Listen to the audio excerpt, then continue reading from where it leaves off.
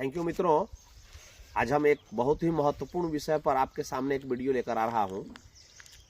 आप इस वीडियो को अंत तक जरूर देखिएगा।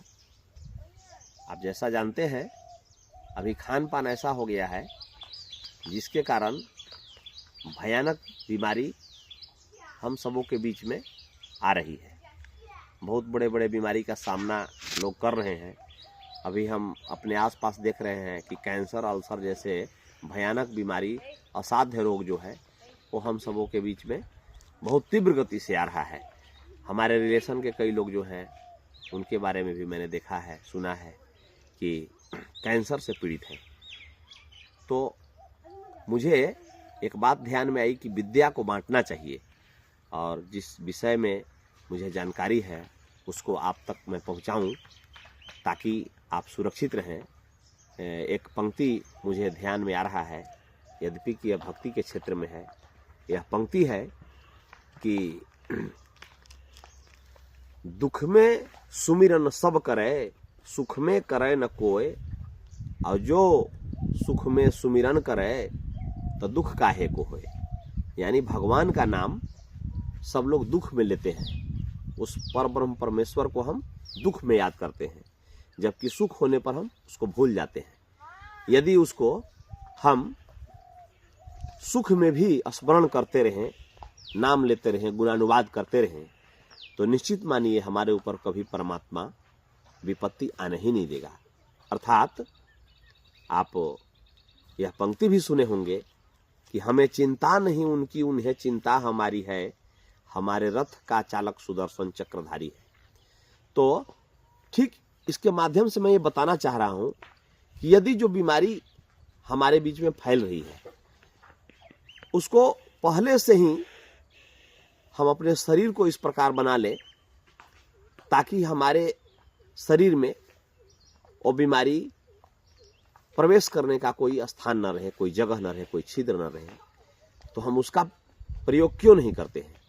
तो आइए हम आपको एक जो आज महत्वपूर्ण बात बताने वाले हैं वह यह है कि हमें नित्य दिन क्या करना है। एक छोटा सा काम करना है। आपके घरों में तुलसी का पौधा होगा, माँ तुलसी सभी घरों में विराजमान रहती है, और नहीं होगा तो मेरे यहाँ बहुत सारे तुलसी का पौधा है, आप उसे ले जाकर अवश्य लगाइए। प्रत्येक घरों में प्रत्येक घरों में तुलसी का पौधा होना चाहिए।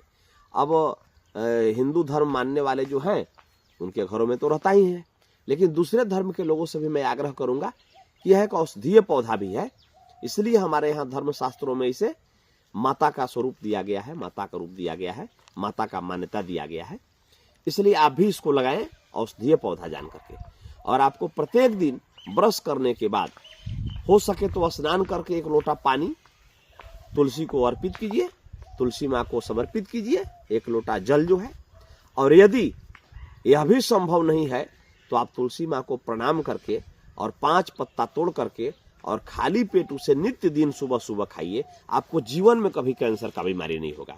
तो यही बात बताने के लिए आज हम तो तुलसी का पौधा नित्य दिन खाली पेट में आपको खाना है। नहीं अगर आप जल दे पा रहे हैं फिर भी तुलसी माँ को प्रणाम करके 5 पत्ता रोज तोड़ना है और उसको खाना है। मैं गारंटी के साथ आपको यह बता रहा हूं कि तुलसी के पत्ता नित्य दिन खाने से आपको कैंसर जैसा बीमारी कभी नहीं होगा। इसलिए हम एक आग्रह करते हैं कि इस चीज को, इस वीडियो को और लोगों तक शेयर जरूर कीजिएगा ताकि और लोग भी लाभान्वित हो सके।